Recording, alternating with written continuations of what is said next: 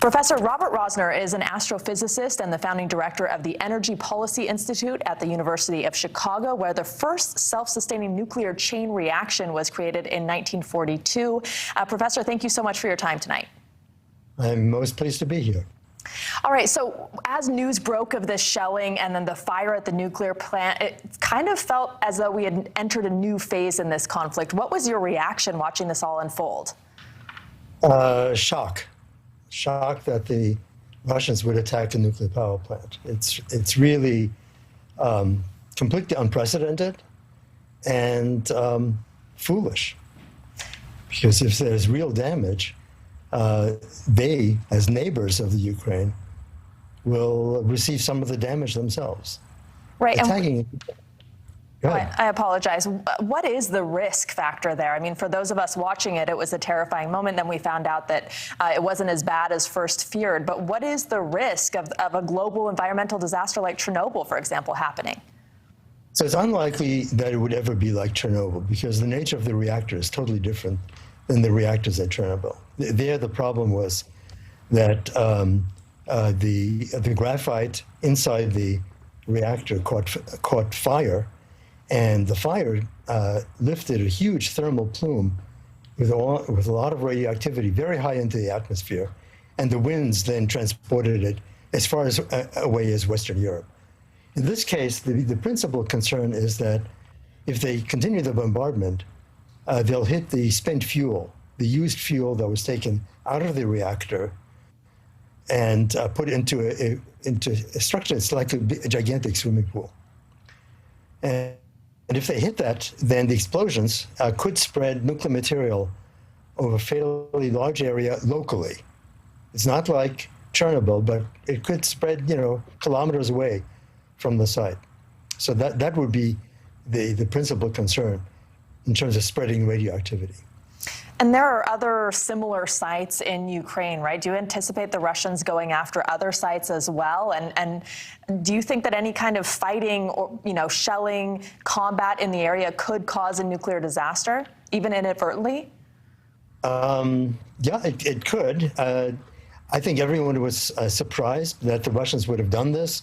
It's clear that they're going after electricity distribution and production in Ukraine. They're trying to shut down the Ukrainian grid. But they didn't have to hit the reactors to do that. They could have just hit, for example, the transformers, the distribution system that's right next to the reactors. But mistakes, yeah, as I say, mistakes will happen. And I think this was a mistake. And I'd be very surprised if this mistake is repeated because, the shock throughout the world of an attack on a nuclear power plant, it was just tremendous. This is the first time it's ever happened.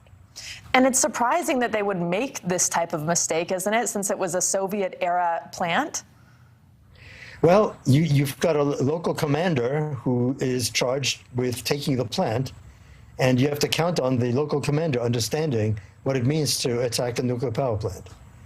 And you have to keep your fingers crossed that this person understands that maybe you shouldn't shell the really sensitive parts of the plant. Yes, that would be an understatement, maybe.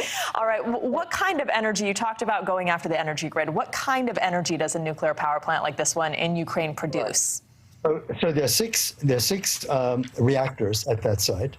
Each one supplies 1 gigawatt. 1 gigawatt will supply somewhere between 500,000 to 750,000 homes. Depends on the weather. Is the air conditioning on or not?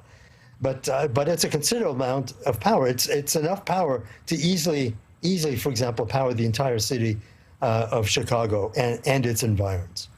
Wow, and does that then also have an effect on the rest of Europe, on other countries in Europe? Not Europe, but certainly Ukraine. That site supplies about a fifth of all the power in the Ukraine. So having it go out is a real blow in terms of powering that country. It's a big deal. Do you think that was a victory then for the Russians? I mean, would you consider this a victory strategically? Well, I don't think in this there are any victors. I think there are only people that are damaged. And the Russians will come to regret this, for sure. Good point. Okay, the head of the IAEA, the International Atomic Energy Agency, offered to negotiate a framework to ensure the protection of nuclear sites in Ukraine. What do you do, though, to protect a nuclear site during a war? Not much. I mean, it's not a fortified site. And in fact, the most vulnerable part from the point of view of damage is the spent fuel pool where the used fuel sits. And that's generally very vulnerable. It's not sitting inside of a concrete bunker like the power plant itself is. So there's not much you can do. It's really completely vulnerable. And what are your fears in terms of any kind of nuclear threat as this war continues? That the Russians make more mistakes, that they don't have sufficient control of the fighting forces, that they make another mistake, and that they do hit the spent fuel pools, and then you have a really serious crisis, I would say. All right, well, we appreciate your expertise as we all watched this happen and tried to figure out the implications of it. Dr. Rosner, thank you. My pleasure. Thanks for watching. Click the red subscribe button below so you can get more of NewsNation's fact-driven, unbiased coverage.